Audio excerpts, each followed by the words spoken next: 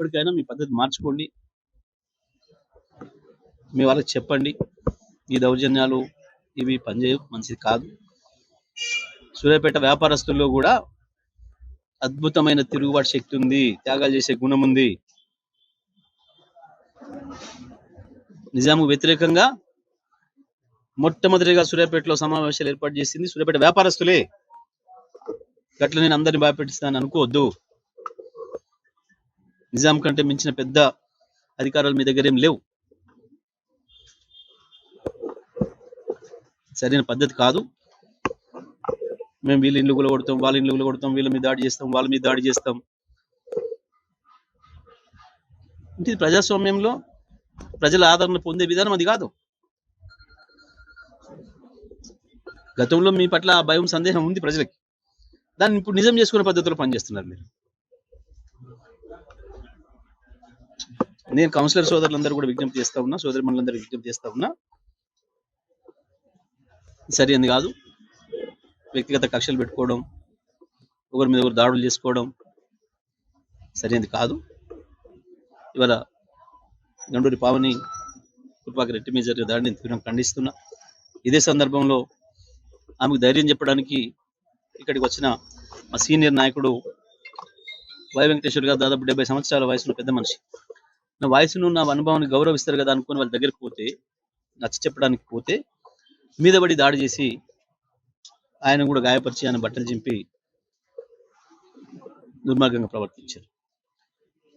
మరి నేను తెలుసుకున్న అన్నపూర్ణ వాళ్ళ బంధువులు చనిపోతుంటే పోయేది మధ్యలో తెలిసి వెనక్కొచ్చి తన తోటి మహిళ కౌన్సిలర్ నేను ధైర్యం చెప్పాలి, ఊరటనివ్వాలని చెప్పి వస్తే అన్నపూర్ణ పైన దాడి చేసుడు, వాళ్ళ ఆమె వెంట వచ్చిన కార్యకర్తల పైన దాడి చేయడం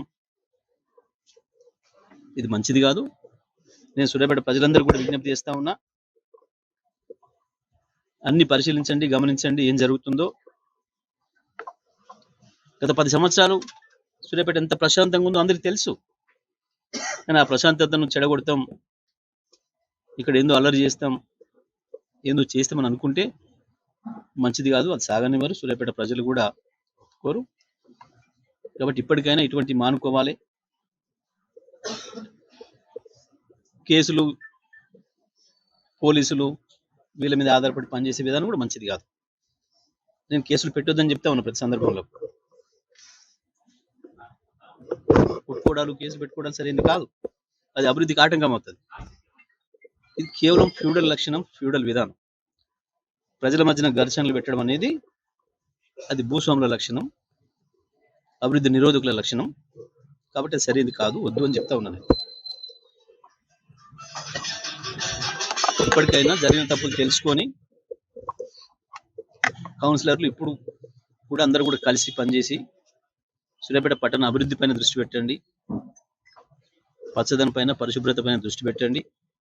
ఇది మన సూర్యాపేట, మన పిల్లలకు ఒక మంచి వాతావరణం ఇవ్వాల్సింది మన పైన బాధ్యత అది.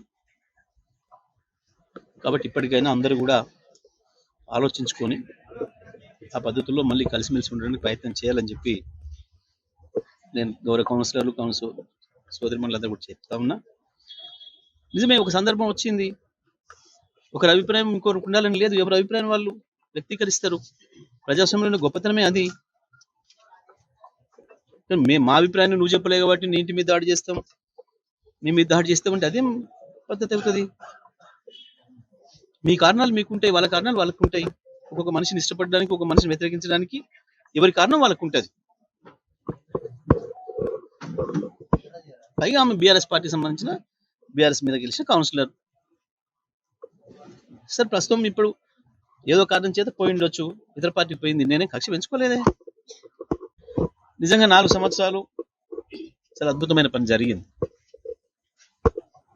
కరోనా వచ్చిన సందర్భంలో ఆమె భయపడకుండా మున్సిపల్ కార్మికుల్ని, సిబ్బందిని, అధికారులని అందరిని మెట్టబెట్టుకొని లాక్డౌన్ సందర్భంలో కూడా బజారు తిరిగి వాళ్ళకి ధైర్యం ఇచ్చి పారిశుద్ధ్యం విషయంలో అద్భుతంగా పనిచేసి జాతీయ అవార్డు కూడా తీసుకొచ్చారు. మన సూర్యాపేట కార్మికులకి జాతీయ అవార్డు వచ్చి కేంద్రంలో సన్మానం కూడా జరిగింది, కేంద్ర ప్రభుత్వం ద్వారా. వరదలు వచ్చిన సందర్భంలో కూడా ఒక మహిళ చూసుకోకుండా భయపడకుండా ఇతరులు ఎవరో వెనకాల ఉండాలన్న ఆలోచన కూడా లేకుండా మున్సిపాలిటీ విషయంలో ఎప్పుడు కూడా తన భర్త ప్రమేయం కూడా లేకుండా మంచి పని చేశారు. ఆనాడు కౌన్సిలర్లు అందరూ కూడా అభినందించారు, వెంట ఉన్నారు. పార్టీలకు అతీతంగానే అభివృద్ధి జరిగింది. ఏ ఒక్క మున్సిపల్ సమావేశంలో కూడా ఒక చిన్న గందరగోళం కానీ ఒక రగడ కానీ జరగలేదు. ప్రశాంతంగా నడిచింది.